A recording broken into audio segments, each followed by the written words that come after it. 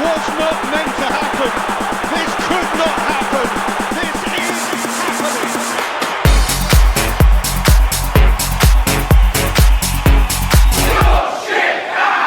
Ladies and gentlemen, boys and girls, welcome to volume number 3 of The Coach's Son Parks the Bus. And I tell you, I don't know how we've done this again. Pulled a very, very special guest. Footballing icon, A-League legend. I don't know how we do this. I don't know how we do it, man. We keep pulling it out somehow every week. But joining us today, we have the superstar himself, Fábio Ferreira. Fabio, welcome to the podcast, The Coach's Son. Hey guys, thank you for having me. It's a pleasure. Beautiful. Good to have you here, mate. Hey, quick question. Actually, first I'll start off with, good to have another good-looking bloke on the pod. I can comfortably say you're the second best-looking bloke here behind me. The others are very far behind. But yeah, obviously, thanks for coming on. Just wanted to say a quick, how are you? Como vai? We just want to touch base on pretty much where you grew up, where you were born, a little bit on Portugal. Tell us a bit about your childhood. Yeah, so obviously I was born in Portugal,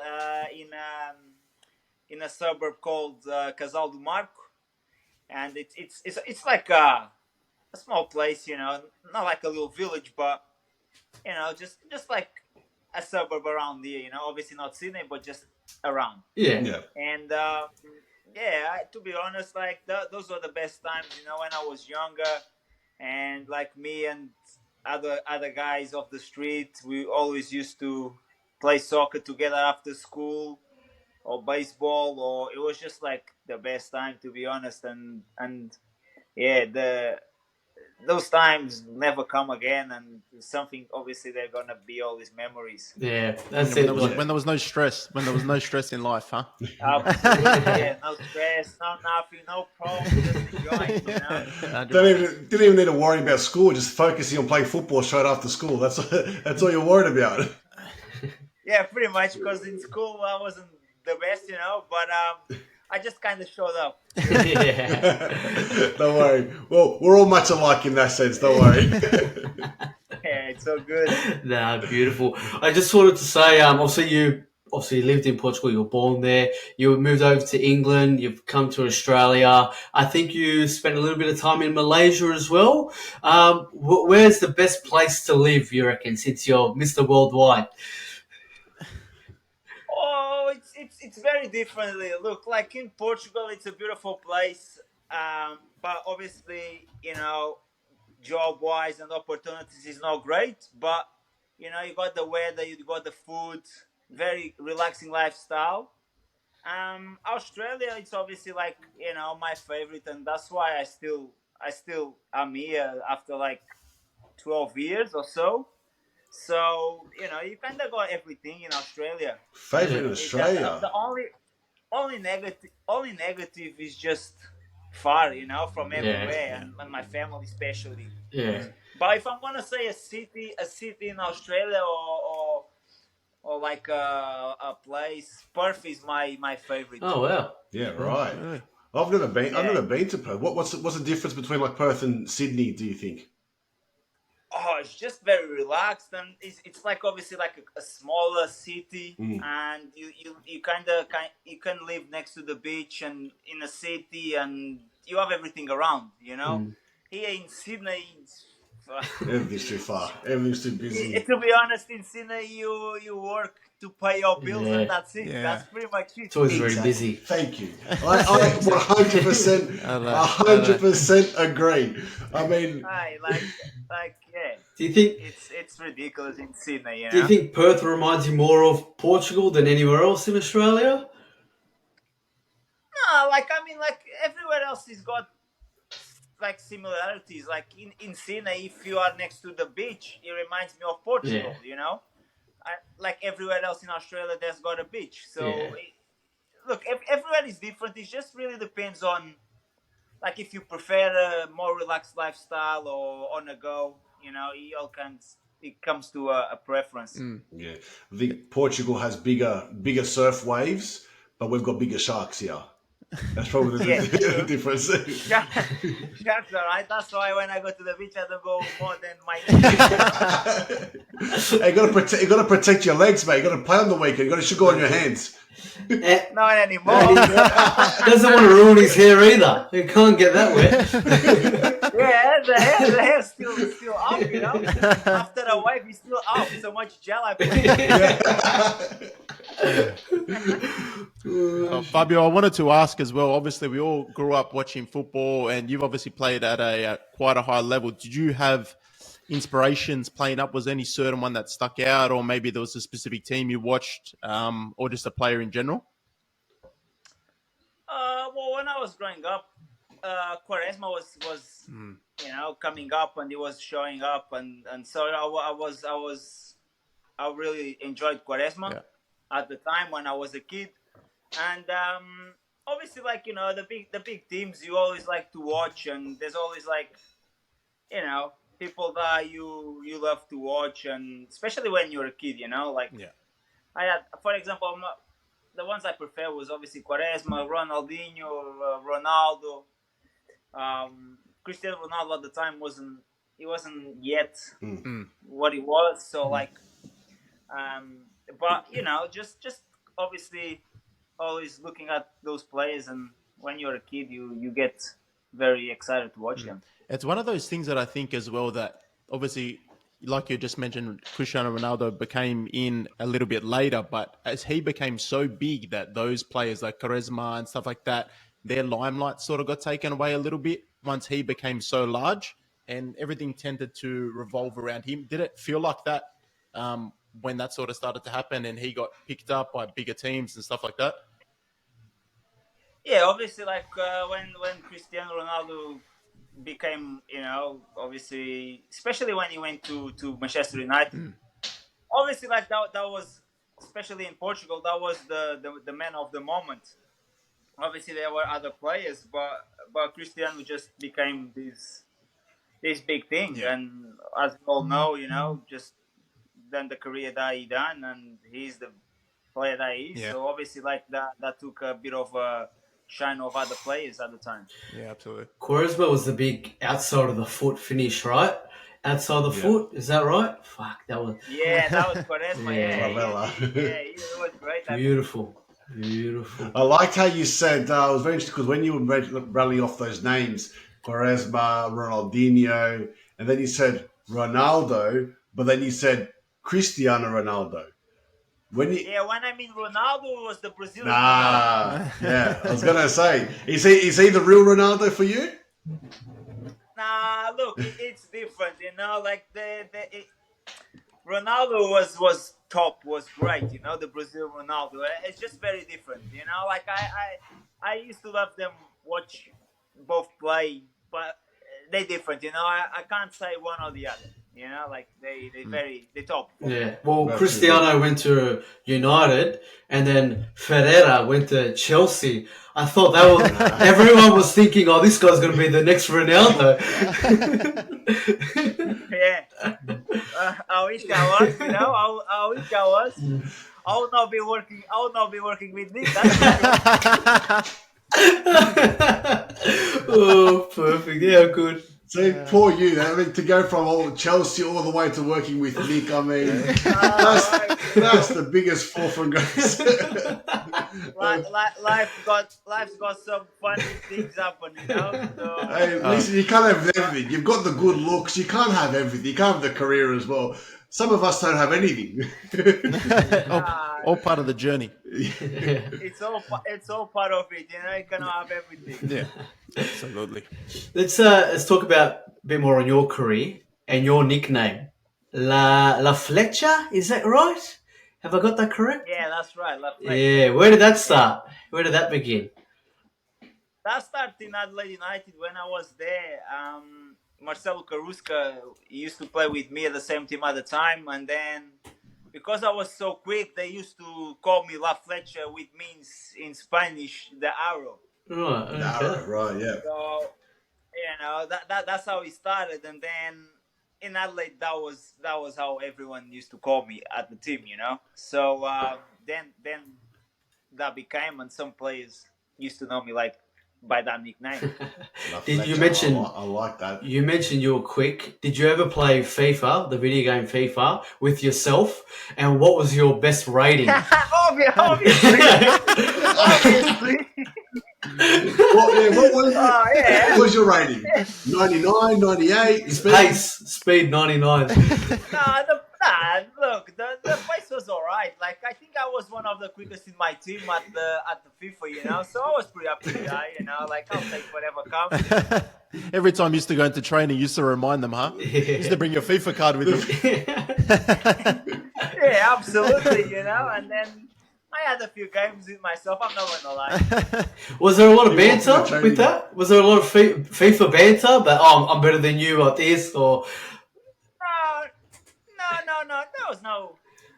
There was no even like to be honest, like I didn't play much FIFA back in the day, you know. Like I never used to play much PlayStation. Like I would play more when I used to play with my brother on holidays. So then sometimes I'll play with myself and we'll just take the piece at each other. Yeah. And so you play FIFA in real life, so there's you don't have to worry about that. But obviously bringing up you're obviously big superstar in the A-League. So you're at Perth, Adelaide, Central Coast Mariners, and I think a short stint in Sydney FC. Coming to Australia and obviously playing in the A-League, you know, what made you want to come to Australia, and what did you think of the quality of Australian football when you came into the A-League? Yeah, so obviously, like when I was at the league, the quality. To be honest, look, if I see the soccer now in Australia and back when I used to play in a league, like for me, like seeing as an outsider, like back in the day when I was playing, used to be more competitive and a bit better quality, you know. Not to say that now it's not quality, it is, but I feel it's different, and I know a lot of players think the same as well, and other people. But obviously, like you know, in Australia is the biggest competition of football, you know. So it's like I was privileged to play in a lot of different teams and with a lot of different players, and I enjoyed my time playing in a league over the years, and it was obviously great memories. Because I think also you had when you were, correct me if I'm wrong, but you played also with Luis Garcia at the Mariners. Mariners, yeah. What was he like to play with? No, it was great. Obviously, like he was a great player. You know, he had a great career, and you know he's very respected in the football game. And you know, as a role player as well outside the pitch, he was good for the younger players and for me and for everyone really. And he brought a lot to the club, and at least a lot of you know people talked about the Mariners because of him. So that obviously helps the club and helps the league. And it was a very good experience to play with him. Yeah, and how did the opportunity come about to come to Australia to come and play here? Yeah, look, I didn't even come to play. Now everyone knows the story, but when I finished playing for Chelsea, then I went to play like in Portugal for 2 years in a lower division, and then I was just like, you know, look, the money was not great, you know.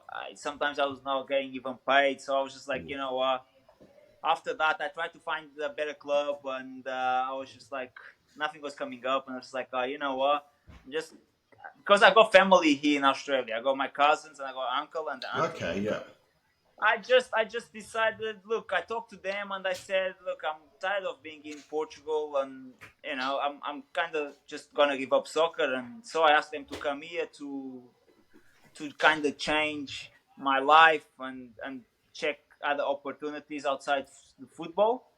And so that's how I came here. And then as I'm here, I was working with my uncle in his he had a Portuguese shop, like a patisserie. Okay. And then I went to play for Dali Chill just for a bit of fun and to keep fit, and just I wasn't even thinking of serious, you know. I was just like take the piece. And so that's how I came to Australia, and then that's how I had the opportunity to then, how do I say, restart again my career. Yeah. Okay. So, yeah, I mean, Adam's not going to be too happy. You've picked the wrong Portuguese club to play for. I'm sure you know there's two big Portuguese clubs in Sydney, Yeah. Dulwich Hill, Fraser Park. Adam's a Fraser Park legend. There's a statue. Yeah, of there's him. a new That's what I statue. heard. It's got a statue of him. That's true. It's about time. I've been asking them to Where put is it up for years. Where is it? Oh, it's right at the front now. The new stadium. Buried It's right on the underneath. front. Yeah, they knocked it Yeah. down. They Yeah, used they it for the knocked it down. foundation. I Yeah. gotta go check it out. Then. I was messaging for years for them to put it up. It took them a while, but finally happened.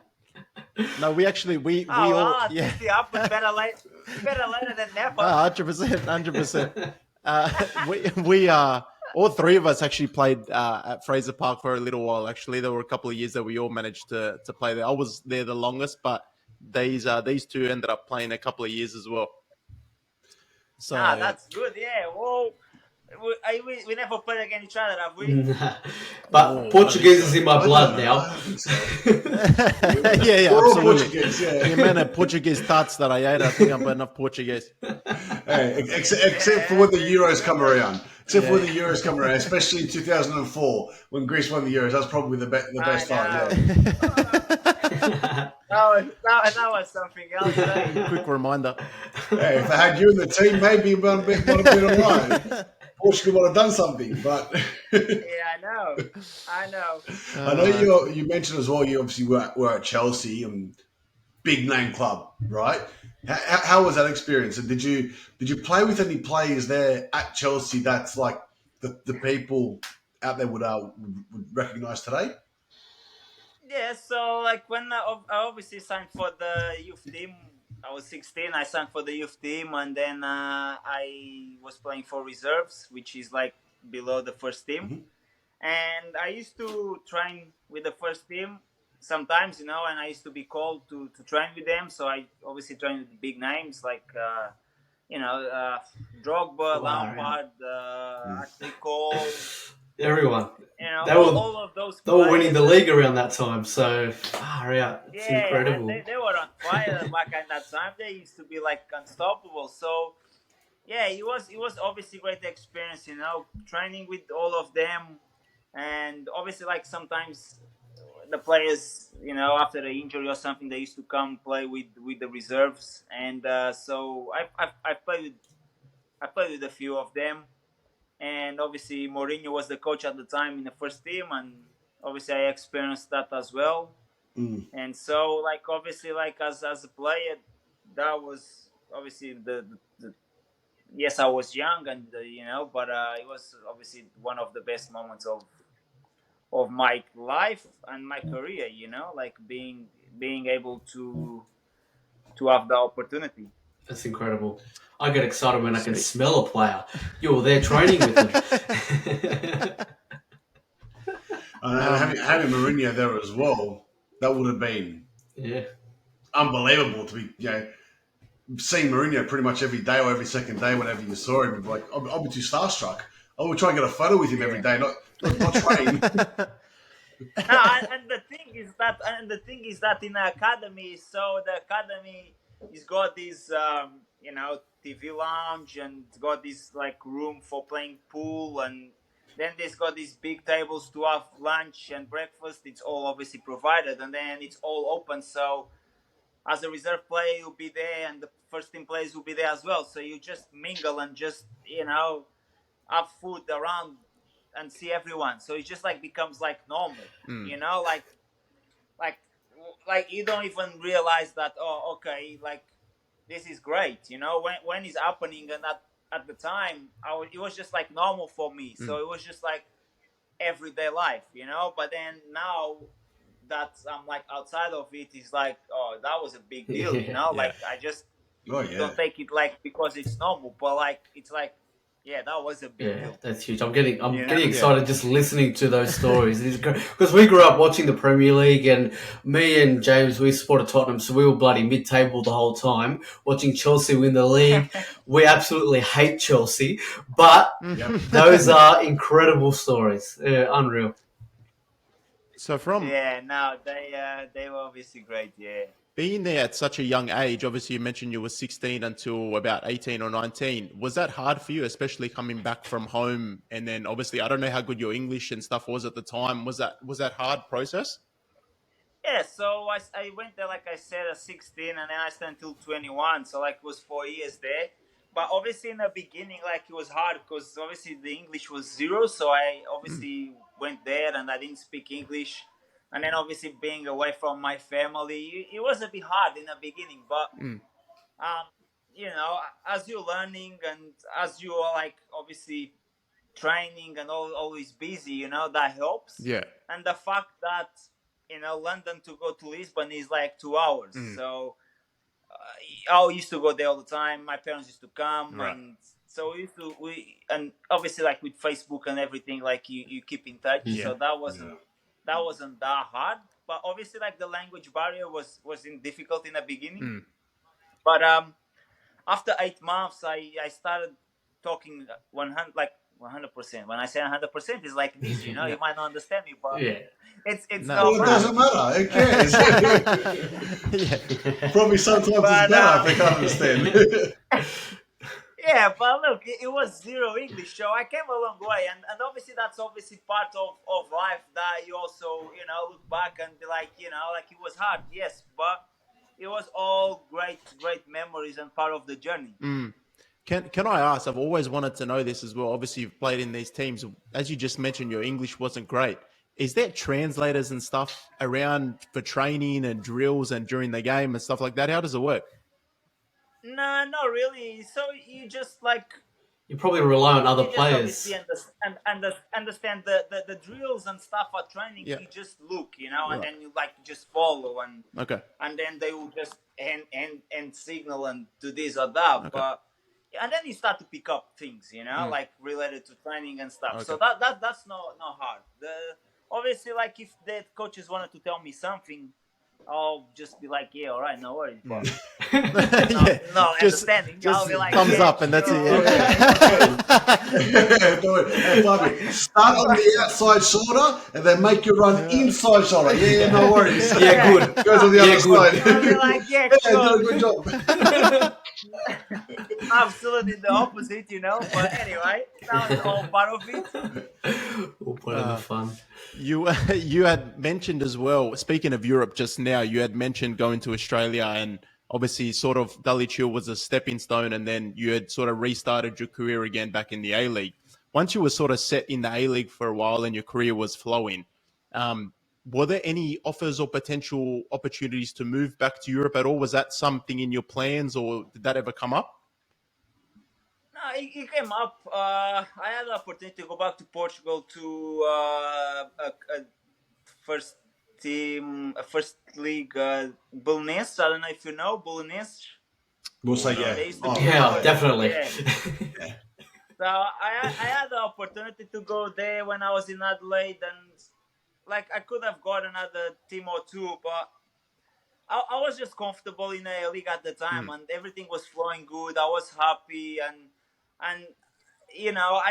I felt like I wanted to keep playing in a league unless something obviously much better came about. So at the time I just was happy here and kept playing in a league. Okay. Is it true you wanted to play for the Socceroos, or you weren't allowed to play? No, like obviously, like back in the day, I wasn't fully Aussie, like no passport, so I was a foreigner. I couldn't play. But obviously, if I had the opportunity, I would still play. Yeah.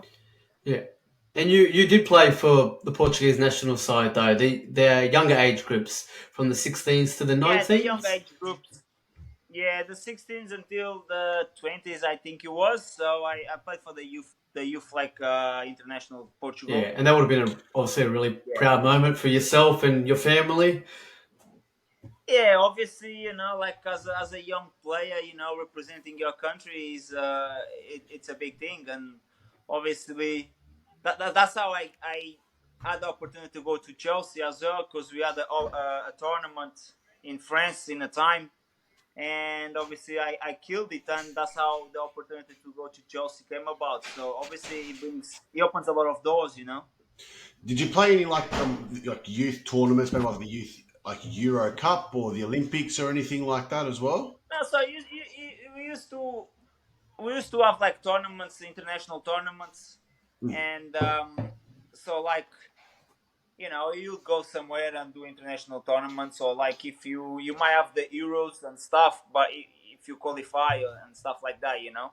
Yeah, right, okay. And how would you describe like the Portuguese national team? Because I always look at a football's national team and I see it as a representation of their country. So if I look at, let's say, the Brazilians, for example, the Brazilian people, they're out there, they're outrageous, they're flamboyant, they're exciting. So is their football. If I look at the Germans, very strict, very stern, and their football is very structured, very organized. You look at the Greeks and they're just fucking lazy, right? So that, and it's very much, I think, is a representation of the country.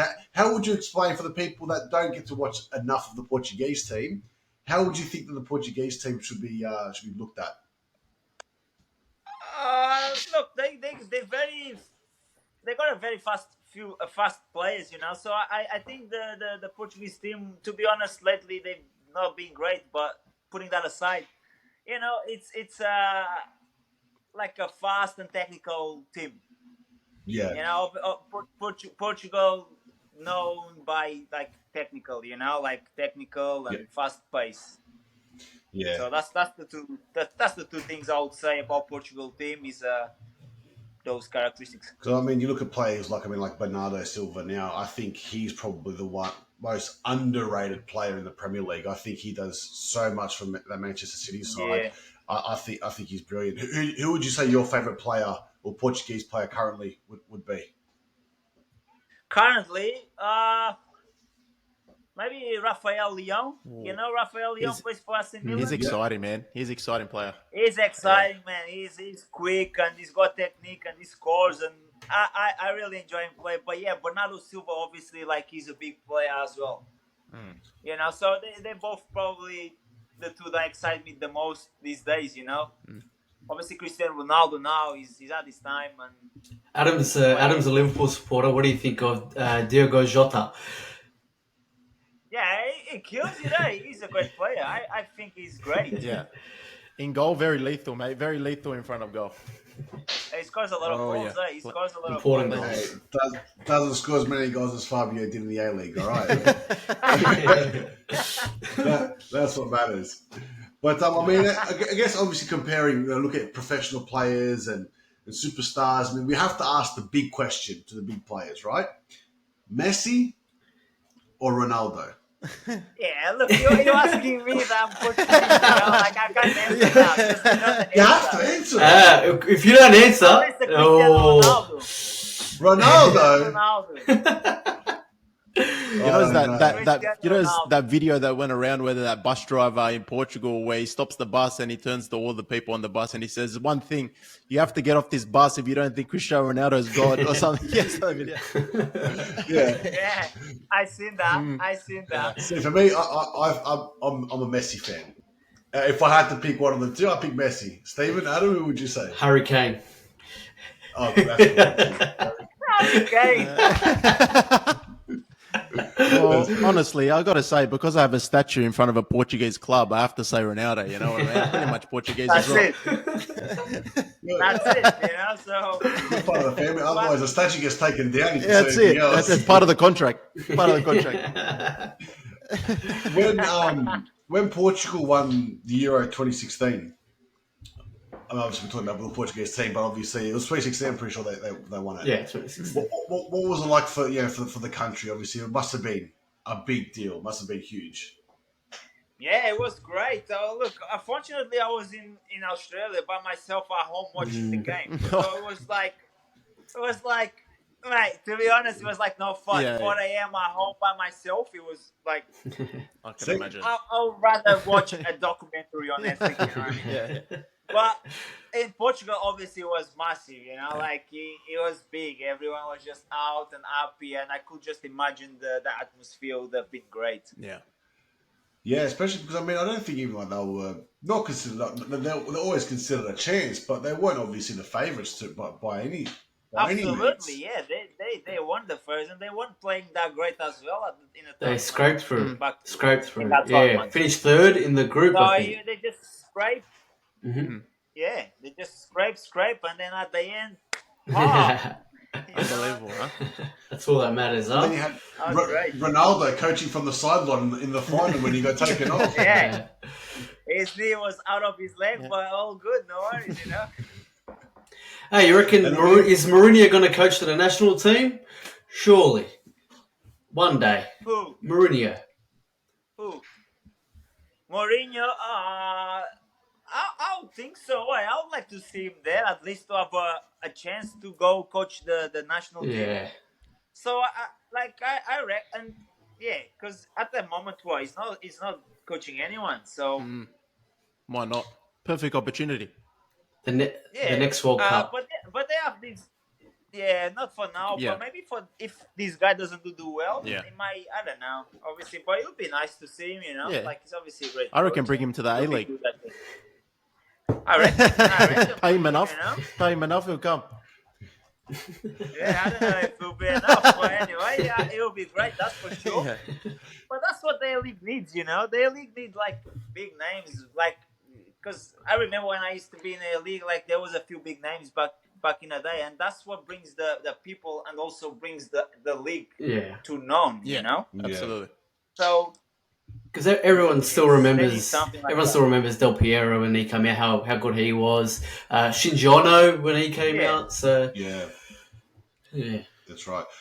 Absolutely. With when obviously go back to when you playing in the A League, which was your favourite ground to go play at? Which stadium did you like playing at? Look, Adelaide United Stadium is my favorite. It's just like really like compact and on top, like an English stadium, like on top of the grass. So yeah, that was my favorite stadium to play in.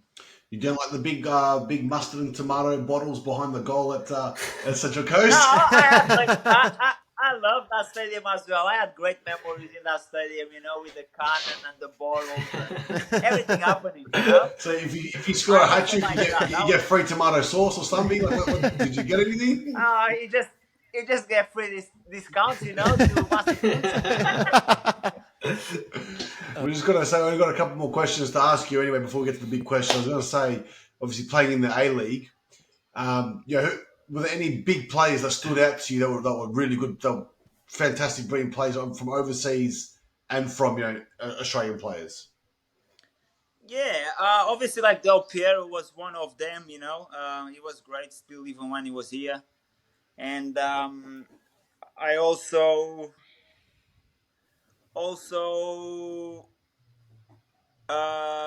Karuska was a great player as well. I really enjoyed playing with him. Obviously, I really enjoyed as well Berisha, the striker. Oh, yeah. Oh yeah, Yeah. It was a killer machine. He used to score Yeah. a lot of goals. he was crazy. He was a bit crazy too, wasn't he? Yeah. It was a bit, he's hard, very hot blood, very hot blood. But he was a great player. I thought he was a great player. But like, yeah, there's obviously like different ones, but those ones obviously like they were big. Shinji Ono as well at the time. I remember All those big names, obviously, they were great to play against and have them playing on the same pitch. Yeah. Hey, Fabio, did you have a favourite goal that you've scored, especially in the A League, and possibly can we find it on YouTube and post it on our socials? Oh, there was this goal in when I was at Adelaide United. I think I don't know if I'm pretty sure you can see it on YouTube. Against Melbourne Heart, they used to be Melbourne Heart still, and there was a goal that we draw right at the end of the game, and they put us to the playoffs. So that was a good goal that I enjoyed, because obviously not the goal itself, but the It's the moment. The moment, Yeah. Yeah. So that I would say Big goal. that one, against Melbourne Heart, and I think it'll be on YouTube. We'll we try have to to find find it. Well, man, talking about big moments, we're up to the big question. The big question. Who is your, of all time, or player that you've played with, who is your coach's son? Who, for you, would you say is the biggest coach's son that you have played with? No pressure. Anthony Golic. Oh, okay. Hey, You're gonna have to get him to come back. Why, Yeah. what was he doing that made him the coach's son? Nah, like he's a great guy, and I love Golic. But yeah, it's just one of those, you know what I mean. One of those. well, we One know. of those. We know. One of those coaches' sons. We're gonna have to get him on to defend himself. Yeah, now you gotta bring him. Now you gotta bring him on a show, and so he can defend himself. That's right. Ooh. Definitely. Hey, so it's like the Nick nominate. Garlic, That's right. you're on Anthony next, mate. Golic. I dominate Golic. You gotta go and interview. We'll reach out to him. Don't worry. We'll send you the clip. Reach out to him. For sure. He's a good guy. Absolutely. Oh, All good. perfect, man. Well, Fabio, I want to say thank you very much for joining us tonight. Oh, good guy. Really appreciate it. Yeah. Obviously, we hope you have a good time in Sydney, Australia. You enjoy it as long as you stay here. And hopefully we get to catch up. We get to meet someday. Yeah. Yeah, for sure. Absolutely. We'll go for a beer. We'll organize something. You try and organize a day, and we'll meet up on whatever you guys want to do, Done. right? Amazing, man. Sounds We'll go good. for a couple man. of beers. Sounds good. Yeah, Thank you sounds very much, good. man. It's been very good, man. Thanks for all the stories and everything. No It's been worries, amazing. guys. Anytime, Been a pleasure. My pleasure. My pleasure. Awesome. Perfect. Well, thanks everyone else for listening again. It's another episode of The Coach's Son Parks the Bus, episode 3. Check it out. More to come. Thanks More again, to come. See Fabio. you guys. This was not meant to happen.